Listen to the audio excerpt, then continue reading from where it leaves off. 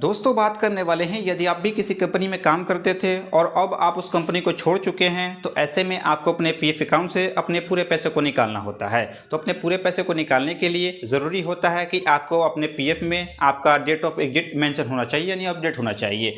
यदि आपके अकाउंट में डेट ऑफ एग्जिट अपडेट नहीं है तो आप अपने कंप्लीट पैसे को निकालने के लिए ऑनलाइन क्लेम नहीं कर पाएंगे। सो आज के इस वीडियो में हम बात करने वाले हैं कि ऑनलाइन आप घर बैठे खुद से ही कैसे आप डेट ऑफ एग्जिट अपने पीएफ अकाउंट में अपडेट कर सकते हैं। Step by step live process आपको इस वीडियो पे हम बताने वाले हैं। तो कैसे करना है, चलिए वीडियो को शुरू करते हैं।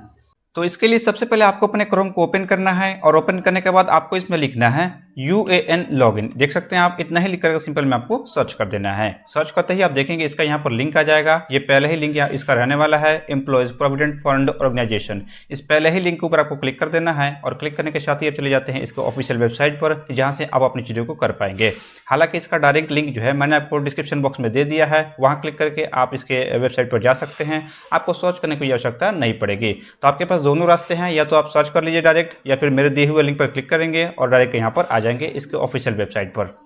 इसके बाद आप आगे देखेंगे कुछ इस प्रकार का इंटरफेस आपको देखने को मिल जाता है। आपको इसे यहाँ से कट कर देना है और कट करने के साथ आप देखेंगे यही इसका ऑफिशियल वेबसाइट रहने वाला है। इसके बाद यहाँ पर देखेंगे आपको लॉगिन वाला सेक्शन देखने को मिल जाता है। यहाँ पर आपको अपनी चीज़ों को डाल करके लॉगिन करना होता है। तो चलिए फटाफट आपको यहाँ पर लॉगिन हम करके दिखाते हैं। तो लॉगिन करने के लिए सबसे पहले आपको अपना यूएन नंबर यहाँ लिखना है। आपका जो भी UAN नंबर होगा उसको यहाँ से आपको लिख देना है। इसके बाद यहाँ पासवर्ड लिखना है, जो भी आपके पास आपने अपना पासवर्ड बनाया हो, अपने पासवर्ड को यहाँ लिख देंगे। लिखने के बाद इस कैप्चा कोड को फिल करेंगे, जैसा लिखा वैसा लिख करके साइन इन ऑप्शन पे आपको क्लिक कर देना है। इन केस यदि आपको अपना पासवर्ड नहीं पता है तो आप यहाँ से फॉरगेट कर सकते हैं। आप देखेंगे यहाँ पर फॉरगेट पासवर्ड, इसके ऊपर क्लिक करके आप अपने पासवर्ड को फॉरगेट कर सकते हैं और एक नया पासवर्ड बना सकते हैं।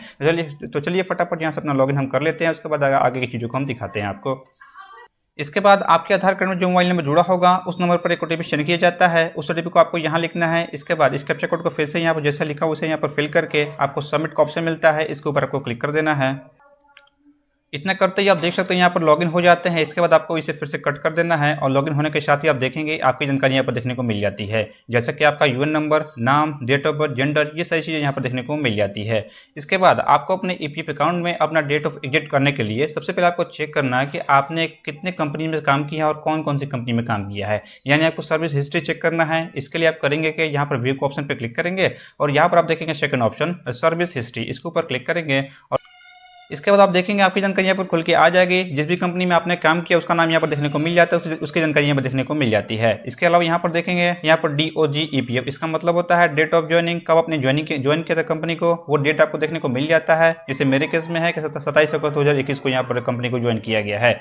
इसके बाद बगल में आप देखेंगे यहाँ पर DOE, मतलब इसका मतलब होता है डेट ऑफ एग्जिट, यानी डेट ऑफ एग्जिट का मतलब होता है कब आपने कंपनी छोड़ी है। जब आपने कंपनी छोड़ी है वही डेट मेंशन होता है और उसी को हम लोग कहते हैं डेट ऑफ एग्जिट। इसके बाद ही ये डेट जब अपडेट हो जाता है, डेट ऑफ एग्जिट अपडेट हो जाता है, इसके बाद ही आप अपने ईपीएफ में से पूरे पैसे निकालने के लिए ऑनलाइन क्लेम कर सकते हैं। तो सबसे पहले तो आपको इस तरीके से यहाँ पर चेक कर लेना है कौन सी कंपनी में आपने काम किया हो, और यदि हो सकता है कि आपके केस में मल्टीपल कंपनी हो, यानी एक से ज़्यादा कंपनी में आपने काम किया हो तो उसका नाम देखने को मिल जाता है। 2 कंपनी में काम किया होगा, 3 कंपनी में काम किया होगा, सभी का प्रोसेस यहाँ पर सेम है। जिस भी कंपनी में आपको अपना डेट ऑफ एग्जिट अपडेट करना है उसको यहाँ से आपको चूज करना हो, जो आगे चल के मैं यहाँ पर बताने वाला हूँ। तो मेरे केस में देख सकते हैं एक ही कंपनी यहाँ पर रहने वाली है, श्री राम इंजीनियरिंग वर्क्स यहाँ पर कंपनी का नाम हो गया। इसके बाद आपको अपने अकाउंट में डेट ऑफ एग्जिट अपडेट करने के लिए आप देखेंगे यहाँ पर मैनेज का ऑप्शन मिल जाता है। इसके ऊपर क्लिक करेंगे और क्लिक करने के साथ ही सबसे नीचे आएंगे और यहाँ पर आप देखेंगे मार्क एग्जिट का ऑप्शन मिलता है। इसके ऊपर आपको क्लिक कर देना है और क्लिक करने के साथ ही आप देखेंगे इसका फॉर्म यहाँ पर खुल के आ जाएगा और उसी में आपको अपना डेट ऑफ एग्जिट अपना आपको मेंशन करना होता है। तो आपको थोड़ा देर वेट कर लेना है। हो सकता है आपके केस में यहाँ पर वेबसाइट थोड़ा स्लो भी चले, जैसा मेरे यहाँ पर चल रहा है। आप यहाँ पर देखेंगे यहाँ पर कह रहा है सेलेक्ट एम्प्लॉयमेंट, यहाँ पर आपको अपना आईडी चूज करना है। इसके लिए यहाँ पर क्लिक करेंगे और यहाँ पर आपको कंपनी का आईडी देखने को मिल जाता है और नाम भी देखने को मिल जाता है। मेरे केस में एक ही कंपनी है, यानी एक ही कंपनी में काम किया है तो एक ही कंपनी यहाँ पर शो कर रही है, तो इसे हम चूज कर लेंगे। इसी प्रकार यदि आपके केस में मल्टीपल यहाँ पर शो करे, यदि आपने 1 या 2 3 या फिर जितना भी कंपनी में आप काम किया होगा उसका सारा यहाँ पर नाम देखने को मिल जाता है। जिस भी कंपनी में आपको अपना डेट ऑफ एग्जिट मेंशन करनी है उसको यहाँ से आपको अपना चूज कर लेना है, जैसे मैंने यहाँ पर किया है।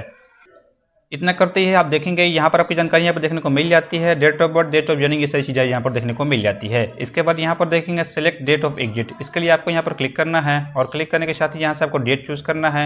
और सबसे बड़ी कन्फ्यूजन वाली चीज़ यही होती है कि कौन सा डेट यहाँ पर चूज़ करें, जो जब हमने रिजाइन दिया वो या फिर कोई और डेट। तो समझिए इसमें होता क्या ना फ्रेंड्स कि जैसे मान लीजिए आपने किसी मंथ में अपनी कंपनी छोड़ी और आपका कुछ पैसा बाकी था ईपीएफ में, जो आपके कंपनी छोड़ने के बाद आपके अकाउंट में आया है।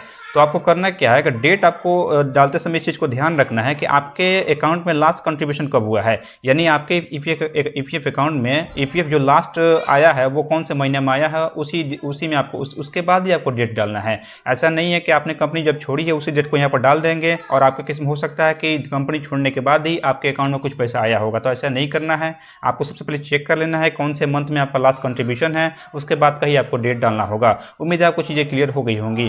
तो इसके लिए आपको चेक करना होगा कि कब आपके लास्ट कंट्रीब्यूशन है आपके अकाउंट में। तो इसके लिए आप करेंगे क्या कि यहाँ पर आपको आएंगे व्यू वाले सेक्शन में और यहाँ पर आपको मिलेगा पासबुक का ऑप्शन, इसके ऊपर आपको क्लिक कर देना है। इसके बाद यहाँ से आपको फिर से लॉगिन करना होगा, यहाँ पर यूएन नंबर डालेंगे, यहाँ पर पासवर्ड डालेंगे, इस कैप्चा कोड को फिल करेंगे जैसा लिखा हुआ है। इसके बाद साइन इन के ऑप्शन पर क्लिक करेंगे और यहाँ से आपको लॉगिन करना होगा। इसके बाद आपके आधार कार्ड में जो मोबाइल नंबर जुड़ा होगा उस नंबर पर फिर से एक ओटीपी सेंड किया जाएगा, उस ओटीपी को यहाँ लिख देंगे। लिखने के बाद वेरीफाई के ऑप्शन पर आपको क्लिक कर देना है। इतना करते ही यहाँ पर आप लॉगिन हो जाते हैं और लॉगिन होने के बाद आपका यहाँ पर नाम शो करेगा। इसके बाद यहाँ पर देखेंगे आपकी जानकारी यहाँ पर खुल के आ जाएगी, कौन से मंथ में कितना कंट्रीब्यूशन आपका हुआ है। इसके अलावा यहाँ पर देखेंगे आपके यहाँ पर पेमेंट यहाँ पर शो करेगा। इसके अलावा आप नीचे आएंगे और यहाँ पर आप देखेंगे यहाँ पर सर्विस हिस्ट्री आपको देखने को मिल जाती है, डेट ऑफ जॉइनिंग, कितना आपको एक्सपीरियंस है, ये सारी चीज़ें आपको देखने को मिल जाती है। इसके बाद ऊपर आएंगे, ऊपर में आपको बहुत सारा ऑप्शन यहाँ पर देखने को मिलेगा। आप देखेंगे इनमें से आपको जो थर्ड ऑप्शन है ना पासबुक का, इसके ऊपर क्लिक कर देना है और क्लिक करने के साथ ही आपके सामने यहाँ पर पासबुक की जानकारी यहाँ पर खुल के आ जाएगी। आप सबसे नीचे आएंगे और यहाँ पर आप देखेंगे कौन से महीने में कितना कंट्रीब्यूशन हुआ है वो यहाँ पर आप देख सकते हैं। जैसे कि आप देख सकते हैं यहाँ पर 2024 का भी हमको देखना है, 2024 हम यहाँ पर देख सकते हैं 2024 में जो लास्ट पेज यहाँ कटा हुआ, तो यहाँ पर देखेंगे यहाँ पर लिखा हुआ है no transaction available for this year, मतलब इस ईयर में कोई भी इनका कंट्रीब्यूशन नहीं हुआ है। तो हम चलिए 23 का यहाँ पर चेक कर लेते हैं। 23 में यहाँ पर क्लिक करेंगे और क्लिक करने के साथ ही आप देख लेंगे, यहाँ पर देख सकते हैं यहाँ पर इनका यहाँ पर ये चीज़ रहने वाला है। तो आप एक चीज़ यहाँ पर ध्यान देंगे, जैसे इनका था, इनका 24 में क्या एक भी कंट्रीब्यूशन नहीं है, ठीक है, तो उस ईयर को हम देखेंगे नहीं। और 2023 में आ गया, सबको हमको लास्ट देखना है कि लास्ट पैसा कब आया है। तो लास्ट पैसा देख सकते हैं सबसे नीचे यहाँ पर देखने को मिल जाता है जनवरी 2024, यानी कि जनवरी 2024 में लास्ट इनका पैसा आया है, मतलब लास्ट कंट्रीब्यूशन इनका है जनवरी 2024। आपको देखना है, मंथ देखना है। ये जो बगल में डेट शो कर रहा है ना 10 अप्रैल का, इससे आपको ध्यान नहीं देना है, केवल आपको मंथ ये वाला देख लेना है कि जनवरी 2024 में इनका लास्ट कंट्रीब्यूशन हुआ है। और करना क्या है कि इसके बाद ही आपको यहाँ पर डेट डालना है। डेट कैसे डालना है ये भी मैं आगे चल के दिखाने वाला हूँ। आई होप कि आपको समझ में आ गया होगा कैसे आपको चेक करना है कि लास्ट कंट्रीब्यूशन कब हुआ है और उसी के अनुसार हमको डेट डालना है। हम यहाँ से चेक कर लिए, फिर से हम आते हैं इस चीज़ पर और यहाँ पर आप देखेंगे यहाँ पर आपको डेट को फिल करना है। और यहाँ भी आप देखेंगे यहाँ पर आपको मिल जाता है एम्प्लॉयर्स लास्ट कंट्रीब्यूशन जनवरी 2024, मतलब यहाँ भी आपको देखने को मिल जाता है कि इनका लास्ट जो कंट्रीब्यूशन है वो जनवरी 2024 में हुआ है। यहाँ से भी आप देख सकते हैं और यहाँ भी आपको देखने को मिल जाता है। हालांकि पासबुक आपको चेक कर लेना है, कंफर्म कर लेना है मेरे अनुसार। तो इनका लास्ट कंट्रीब्यूशन है जनवरी 2024 में। अब क्या करना है कि इसी में आपको इनका लास्ट डेट यहाँ पर चूज़ कर लेना है। जैसे आप यहाँ पर डेट ऑफ सेलेक्ट करेंगे और 2024 या जो जनवरी है इसमें जो लास्ट डेट है 31, इसी को आपको यहाँ से चूज़ कर लेना है, मतलब 31 जनवरी 2024, ठीक है। इसी प्रकार आपको जो भी आपका लास्ट कंट्रीब्यूशन होगा उस मंथ का लास्ट डेट आपको चूज़ कर लेना है। जैसे मेरे केस में जनवरी है, जनवरी में हम 31 यहाँ से हम चूज़ कर लिए। इसके बाद बगल में आपको फिर से यहाँ डेट चूज कर लेना है, सेम डेट को। इसके बाद यहाँ पूछ रहा है सेलेक्ट रीजन ऑफ एग्जिट, मतलब आपका रीजन क्या है, एग्जिट होने का आपका रीजन क्या है। यहाँ से क्लिक करेंगे और आपको सबसे नीचे आना और यहाँ पर सेसेशन शॉर्ट सर्विस जो है ना एनी अदर रीजन, इसके ऊपर आपको क्लिक कर देना है। न कि जो ऊपर आपको मिल रहा है परमानेंट डिसेबल, सुपरमेंशुएशन और रिटायरमेंट, इन सभी को आपको चूज नहीं करना है। आपको सबसे लास्ट वाला ऑप्शन सेसेशन शॉर्ट सर्विस जो है इसी को ऊपर आपको चूज कर लेना है। चूज करने के बाद इस बॉक्स को आपको टिक आउट कर देना है। टिक आउट करने के बाद आपको रिक्वेस्ट ओटीपी का ऑप्शन मिलता है, इसके ऊपर क्लिक कर देंगे और क्लिक करने के साथ ये पूछेगा have you read the points carefully, कि आपने पॉइंट्स को ये दिया है उसे पढ़ लिया, तो आपको ये से एडजस्ट कर देना है। इसके बाद आपके आधार कार्ड में जो मोबाइल नंबर जुड़ा होगा उस नंबर पर फिर से एक ओटीपी जाएगा, उस ओटीपी को यहाँ लिखेंगे। लिखने के बाद आपको यहाँ पर इस बॉक्स को टिक आउट कर देना है। टिक आउट करने के बाद आपको यहाँ पर सबमिट का ऑप्शन मिलता है, इस सबमिट का ऑप्शन पर आपको क्लिक कर देना है। और इतना क्लिक करते ही ये पूछ रहा है are you sure you want to update date of exit, आपको इसे अपडेट का ऑप्शन पर क्लिक करेंगे और इतना करते ही आपके अकाउंट में आपका डेट ऑफ एग्जिट यहाँ पर अपडेट हो जाएगा और सक्सेसफुली का आपको नोटिफिकेशन भी देखने को मिल जाता है। तो आपको थोड़ा देर यहाँ पर वेट कर लेना है।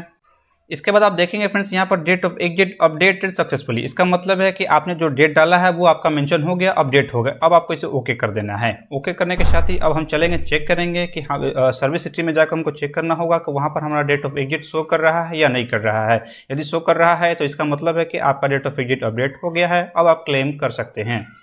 तो चेक करने के लिए आपको फिर से यहाँ पर आ जाना है और यहाँ पर व्यू के ऑप्शन पर क्लिक करेंगे और यहाँ पर आपको मिलेगा सर्विस हिस्ट्री। इसके ऊपर क्लिक कर देना है और क्लिक करने के साथ ही ठीक है पहले की तरह आपको जानकारी यहाँ पर शो हो जाएगी और वहीं पर आपको मिलेगा डेट ऑफ एग्जिट। इसके बाद यहाँ पर आप देख सकते हैं फ्रेंड DOE मतलब डेट ऑफ एग्जिट में जो यहाँ पर हमारा दिखा रहा था नॉट अवेलेबल, वो डेट आप यहाँ पर देखने को मिल जाता है 31 जनवरी 2024। यानी यही हमने डेट डाला है और ये चीज़ यहाँ पर अपडेट हो गया, तुरंत का तुरंत अपडेट हो गया, यहाँ पर इंस्टेंटली यहाँ पर अपडेट हो जाता है। यहाँ पर देख सकते हैं साफ साफ देखने को मिल जाता है। और आपका डेट ऑफ जॉइनिंग ये हो गया और डेट ऑफ एग्जिट ये हो गया, मतलब कब आपने कंपनी छोड़ी है। अब जैसे ही ये चीज़ अपडेट हो जाता है, अपडेट होने के बाद आप ऑनलाइन क्लेम कर सकते हैं। क्लेम कैसे करना है इसके बाद मैं फिर से एक वीडियो लाऊंगा, उसमें सारी चीज़ों को बताऊंगा स्टेप बाय स्टेप कैसे आप अपने EPF के पूरे बैलेंस को एक बार में क्लेम करके निकाल सकते हैं। उसके साथ साथ यदि आपका पेंशन होगा तो पेंशन के लिए भी ऑनलाइन क्लेम करके साथ में आप चीज़ों को क्लेम करके सब चीज़ों को यहाँ से आप निकाल सकते हैं। तो उम्मीद आपको वीडियो पसंद आई होगी, कैसे आपको अपना EPF अकाउंट में अपना डेट ऑफ एग्जिट कैसे अपडेट करना है। उम्मीद है आपको वीडियो पसंद आई होगी। पसंद आई है तो वीडियो को लाइक कीजिए, चैनल को सब्सक्राइब कीजिए और अपने दोस्तों के साथ शेयर कीजिए। आज के लिए बस इतना ही, मिलते हैं किसी नेक्स्ट वीडियो में। Thank you for watching.